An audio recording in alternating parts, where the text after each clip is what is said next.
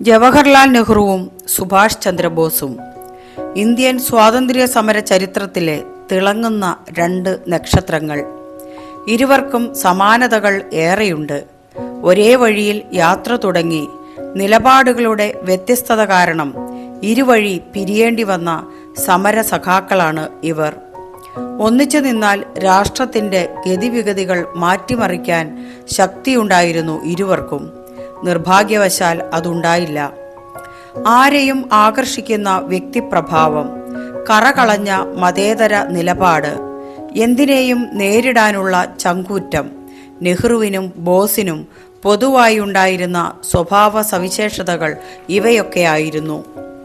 രണ്ടുപേരും ഇംഗ്ലണ്ടിലെ കേംബ്രിഡ്ജ് സർവകലാശാലയിൽ നിന്ന് പഠിച്ചിറങ്ങിയവരും. പഠനം കഴിഞ്ഞ ഉടൻ 23-ാം വയസ്സിൽ ബോസ് ഇന്ത്യൻ സിവിൽ സർവീസ് പരീക്ഷ ICS എഴുതിയെടുത്തു. പക്ഷേ ഏറെ താമസിയാതെ ബോസ് ICS പട്ടം വലിച്ചെറിഞ്ഞ് നാട്ടിലേക്ക് മടങ്ങി. 1930കളിൽ സിവിൽ നിയമലംഘന പ്രക്ഷോഭത്തിൽപ്പെട്ട് ഏറെക്കാലം ബോസ് ജയിലഴിക്കുള്ളിലായി. അക്കാലത്ത് നെഹ്റുവും ജയിൽവാസം അനുഷ്ഠിക്കുകയായിരുന്നു. നെഹ്റുവും ബോസും തമ്മിലുള്ള സൗഹൃദം ദൃഢമാകുന്ന നാളുകളായി പിന്നീട്. ഇരുവരും കോൺഗ്രസിനുള്ളിലെ ഇടതു ചിന്താ വക്താക്കളായി അറിയപ്പെട്ടു തുടങ്ങി. 8 വയസ്സിനിളപ്പമാണെങ്കിലും ബോസിനെ സമപ്രായക്കാരനായ സുഹൃത്തിനെ പോലെയാണ് നെഹ്റു പരിഗണിച്ചത്.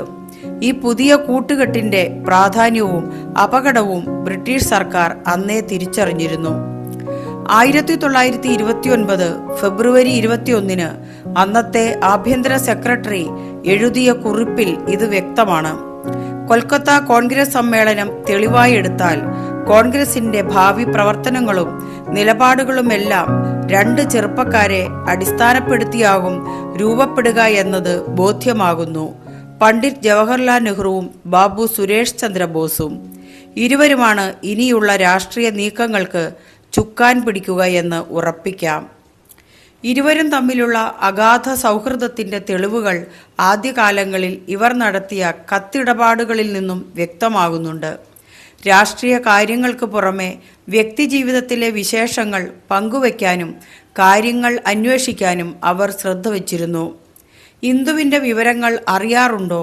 അവൾ എങ്ങനെയിരിക്കുന്നു? സ്വിറ്റ്സർലൻഡിലെ ഒറ്റയ്ക്കുള്ള ജീവിതം അവൾക്ക് ഏറെ പ്രയാസകരമായിരിക്കും അല്ലേ? ഒരു കത്തിൽ സുഭാഷ് നെഹ്റുവിൻ്റെ മകൾ ഇന്ദിരാഗാന്ധിയുടെ വിശേഷങ്ങൾ അന്വേഷിക്കുന്നുണ്ട്. 1936 ജൂൺ 30 സുഭാഷ് നെഹ്റുവിനയച്ച കത്തിൽ പ്രധാനപ്പെട്ടൊരു മാറ്റമുണ്ടായിരുന്നു. മുൻപത്തെ കത്തുകളിൽ ഉപചാരപൂർവം എന്ന ഔദ്യോഗിക സംജ്ഞ കൊണ്ടാണ് ബോസ് ഉപസംഹരിച്ചതെങ്കിൽ ആ കത്തിൽ സ്നേഹം എന്നെഴുതിക്കൊണ്ടാണ് മുഴുമിപ്പിച്ചത്.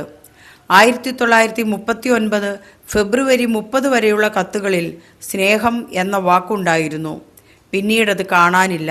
അപ്പോഴേക്കും ഇരുവരും തമ്മിലുള്ള ബന്ധത്തിന് ഉലച്ചിൽ തട്ടിയിരുന്നു എന്ന് വ്യക്തം.